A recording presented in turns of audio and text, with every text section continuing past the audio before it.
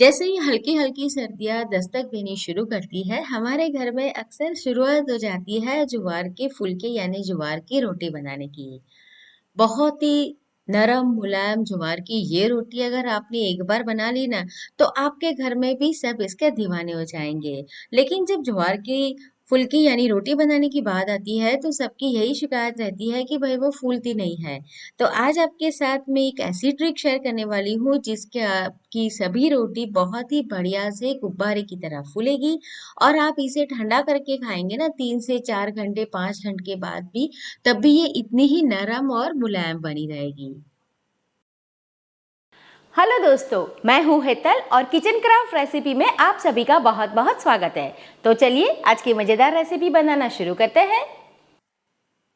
ज्वार की रोटी बनाने के लिए आप कोई भी कप कटोरी का मेजरमेंट सेट कर लीजिए। वो इसलिए क्योंकि पानी भी हम उस हिसाब से लगाएंगे आटा गूंदने के लिए। तो देखिए, मैंने बस ऐसे हल्के हाथों से कप के अंदर आटा भरा है। ये ज्वार का आटा है, तो इसे दबा दबा के नहीं भरना है। बस मैंने सिर्फ ये इस तरीके से चम्मच से लिया है और हल्का इसे ऐसे कर लिया है, और ये पूरा एक कप भर के है।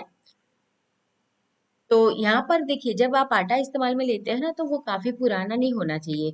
मतलब 2-3 महीने पुराना अगर आप आटा ले रहे हैं, तो इसके अंदर फिर थोड़ा सा कड़वापन आ जाता है, कसलापन आ जाता है। नमक डाल देंगे, तो यहाँ पर मैंने 1/4 टीस्पून नमक डाला है। अब आप जितना आटा ले रहे हैं उससे 3/4 आपको पानी लेना है। तो देखिए, ये जो पानी है ना, वो बढ़िया से मैंने गरम कर लिया था। तो बहुत ही बढ़िया उबलता हुआ पानी इसके अंदर आपको डालना है। तो गैस के ऊपर आपको फिर पानी रखना है, आटे को उसके अंदर डालना है, ऐसा बिल्कुल नहीं करना है। आटे के अंदर ही आप बढ़िया से उबला हुआ पानी डालिए। जितना आटा है उससे 3/4, जैसे कि एक कटोरी ले रहे हैं तो 3/4 कटोरी पानी ले लीजिए। आटे को अच्छे से पानी से मिला लीजिए और फिर इसे ढककर छोड़ दीजिए तकरीबन 10 मिनट के लिए। तो 10 मिनट तक इस तरीके से ढककर रखना बहुत जरूरी है। तो 10 मिनट के बाद आप देखेंगे तो पानी हमने काफी गर्म इसके अंदर डाला था।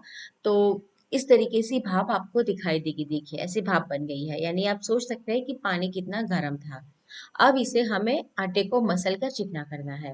जैसे हम गेहूं की रोटी बनाते हैं तो उसमें ग्लूटेन रहता है, तो रोटियां कभी भी वैसे टूटती नहीं है और बढ़िया से फूलती है। लेकिन आप जैसे मिलेट खाते हैं, जैसे बाजरा है, ज्वार है, रागी है, तो वो सब में ग्लूटेन काफी कम रहता है। तो उस समय पर आपको इस तरीके से आटा लगाना है, ताकि क्या होगा, गर्म पानी के अंदर आपका आटा है ना, वो रहेगा, तो वो थोड़ा सा चिकना होगा और फिर हम मसल कर उसे और चिकना करेंगे। तो आपकी जो रोटियां है वो बहुत ही बढ़िया बनेगी, नरम और मुलायम। नहीं तो क्या होगा कि गरम गरम तो आप ये खा लेते हैं, लेकिन जब ठंडी खाते हैं, ठंडा होने के बाद, तो वो इतनी नरम नहीं रहती है।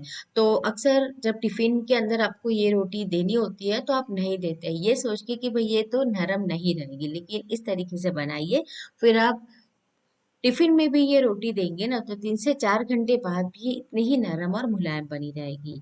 तो 7 से 8 मिनट आपको इसे मसल कर चिकना करना है। तो ये स्टेप काफी इंपॉर्टेंट है। अक्सर हम यहीं पर गलती कर जाते हैं, क्या करते हैं कि मसल को और आटे को अच्छे से चिकना नहीं करते हैं। आटा आपका अच्छे से मसला हुआ नहीं है, चिकना नहीं किया है, तो इसमें ग्लूटेन नहीं रहेगा और फिर आपकी जो रोटी है ना, वो टूटेगी बीच में से और नरम मुलायम भी नहीं रहेगी जब आप इसे बनाकर तैयार करेंगे। तो मैंने 8 मिनट आटे को अच्छे से मसल कर चिकना कर लिया है। अब इसकी छोटी छोटी हम लोया कर लेंगे। तो देखिए, इस तरीके से आप देख सकते हैं कि मैंने आटा कैसा रखा है। हाथ के निशान से आपको आइडिया आ जाएगा। तो एक कप भर के आप आटा ले रहे हैं, जैसे कि मैंने लिया है, मेरा कप 250 ml वाला था। तो उसमें से तकरीबन आपकी 6 से 7 फुल्का रोटी बनके तैयार हो जाती है। मैंने जो साइज की बनाई है वो, अगर आप इससे छोटी साइज बनाएंगे तो ज्यादा होगी और बड़ी बनाएंगे तो कम हो जाएगी। इस तरीके से हमें लोया तैयार कर लेना है। और अगर ज्यादा क्वांटिटी में बना रहे हैं ना, तो बस एक साथ 1 कप पानी का ही मेजरमेंट करके रखिए, क्योंकि आटा अगर आप ऐसे रहने देते हैं ना ज्यादा समय के लिए, तब भी रोटियां बढ़िया नहीं बनती है। तो मैंने इसे ढककर रख दिया है और तुरंत ही इसके अंदर से हमें अभी रोटियां बेलकर तैयार कर लेनी है। आटे को रखने की बिल्कुल जरूरत नहीं है। अब जो जिसके ऊपर आप ये रोटी सेकने वाले हैं, वो तवा ले लीजिए। यहाँ पर मैंने लोहे का तवा लिया है और तेल से थोड़ा इसे हम ग्रीस कर लेंगे, ताकि हमारी जो पहली रोटी है ना, वो उसके अंदर डाले तो चिपके नहीं। आप चाहे तो थोड़ा सा सूखा आटा भी इसके ऊपर छिड़क सकते हैं। मैंने एक लोया उठा लिया है और बेलने के लिए आप थोड़ा सा पॉलीथिन भी इसके अंदर लगा सकते हैं। तो मैंने जो ज्वार का आटा लिया था उसका ही पलोथन लिया है। आप चावल के आटे का भी ले सकते हैं। थोड़ा ही लगाना है, बहुत ज्यादा नहीं, बस हल्का लगाना है। बस एक या दो बार ही आपको इसके अंदर पॉलीथिन लगाने की जरूरत पड़ेगी अगर आपका आटा सही लगा है तो देखिए, जैसे हम हमारी फुल्का रोटी गेहूं की बेलते हैं ना, ठीक इसी तरीके से आप इसे भी बेल कर तैयार कर सकते हैं। तो भी थोड़ा सा पॉलीथिन इसके अंदर मैं और लगा देती हूँ। और अगर आपको ऐसा लगे कि भी आपकी जो रोटी आप बेल रहे हैं तो किनारे के ऊपर बहुत ज्यादा क्रैक्स आ रहे हैं, तो उसका मतलब है कि पानी कम है। तो आप थोड़ा सा पानी इसके अंदर डाल के आटे को थोड़ा सा नरम कर लीजिए। और हाँ, अगर आप ऊपर से एक्स्ट्रा पानी ले रहे हैं तब भी आप गुनगुने या गर्म पानी का ही इस्तेमाल करें, ठंडा पानी इस्तेमाल में ना लें। तो देखिए, मैंने इसे बेल लिया है। अब किनारों से इसे थोड़ा सा हम इस तरीके से जोड़ लेंगे, क्योंकि ये मिलेट है तो इसमें गेहूं के जितना ग्लूटेन नहीं रहता है उतनी चिकनापन भी नहीं आता है। तो बस, हमारी रोटी अभी बेल के तैयार हो गई है। आप देख सकते हैं कि मैंने इसे कितना पतला रखा है। और तवे को मैंने गैस के ऊपर गर्म करने के लिए रख दिया था। अब हम इसे डाल देंगे। जब आप डालेंगे तो पहली बाजू जो है उसे बहुत ज्यादा सीखना नहीं है, बस सिर्फ 20 से 30 सेकंड, उससे ज्यादा नहीं रखना है। और उसके बाद इसे तुरंत ही पलट देना है। तो 20 से 30 सेकंड यानी आधे मिनट के लिए ही रखना है बस। अब दूसरी ओर इसे अच्छे से पकाएंगे। गैस की फ्लेम को हमें हाई रखना है और हाई फ्लेम के ऊपर ही इसे इस तरीके से आप घुमाते रहे। तो दूसरी ओर बढ़िया से सीखना है। और जब दूसरी ओर सीख कर तैयार हो जाए तब इसे हम पलट देंगे। और पलटेंगे ना, तो आपको क्या देखने को मिलेगा कि आपकी जो रोटी है वो गुब्बारे की तरह फूली है। तो पहली साइड जो है वो सिर्फ आधे मिनट के लिए रखिए और जो दूसरी बाजू है उसे तकरीबन 1 से 1.5 मिनट तक अच्छे से पकने दीजिए।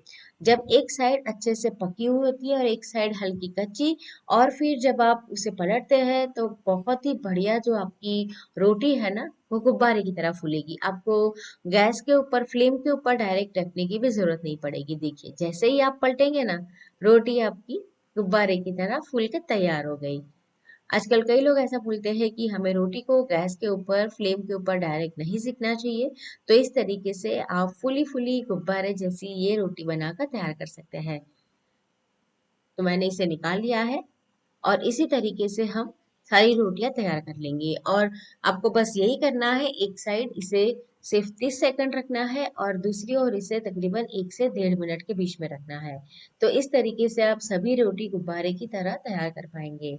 और रोटी निकालने के बाद इसे आप कोई भी छलनी या तो ऐसी जो बास्केट है ना, टोकरी है, उसके अंदर रखें ताकि भाप उसमें से निकल जाए अच्छे से। देखिए, ये मैंने दूसरी रोटी रखी है, वो भी मैं आपको बता रही हूँ। वो भी इसी ट्रिक से मैंने तैयार की है। तो देखिए, ये भी पहली रोटी की तरह ही बढ़िया से फूल के तैयार हो गई है। तो इस तरीके से हम सारी रोटियां बनाकर तैयार कर लेंगे। बस आपको ये जो छोटी छोटी बातें हैं उसका ध्यान रखना है, तो आपके भी रोटियां बहुत ही बढ़िया बन के तैयार होगी। और आप चाहे तो इसे डायरेक्ट फ्लेम के ऊपर भी रख सकते हैं, लेकिन मैंने नहीं रखी है। तो बस, ये गर्मा गर्म ज्वार की रोटी और उसके साथ आप कोई भी अचार या लहसुन की चटनी लगाकर खाएंगे ना, तो सब्जी की भी जरूरत नहीं पड़ेगी।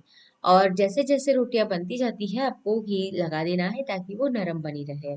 और इसे आप थोड़ा कवर करके रख दीजिए अगर ज्यादा क्वांटिटी में बना रहे हैं तो। देखिए, कितनी बढ़िया है। और इस तरीके से आप हाथों में लेके इसे प्रेस करेंगे ना, तब भी वो आसानी से आपकी मुट्ठी के अंदर आ जाएगी और बिल्कुल भी ना फटेगी, कुछ भी नहीं होगा। तो कितनी बढ़िया नरम मुलायम हमारी ये ज्वार की रोटी तैयार हुई है। तो दोस्तों, रेसिपी ट्राई जरूर करना। रेसिपी कैसी लगी कमेंट करके जरूर बनाना, और ऐसी नई नई रेसिपी देखने के लिए मेरे चैनल किचन क्राफ्ट रेसिपी को जरूर सब्सक्राइब करना, मुझे सपोर्ट करना। तो फिर से मिलेंगे नई रेसिपी के साथ।